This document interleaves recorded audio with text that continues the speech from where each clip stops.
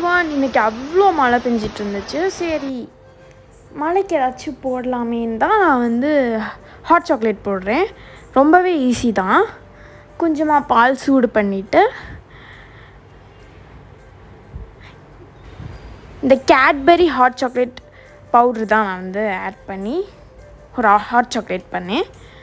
நான் யார் கூட பேசுகிறேன்னு நினைக்காதீங்க, நான் காட்டுவேன். இவங்கலாம் பாவமாக இருந்துச்சு, அப்படி மழையில் நனைஞ்சு அப்படி நடுங்கிட்டு இருந்துச்சு. அதனால தான் நான் கொஞ்சம் பொட்டுக்கடலை போட்டேன்.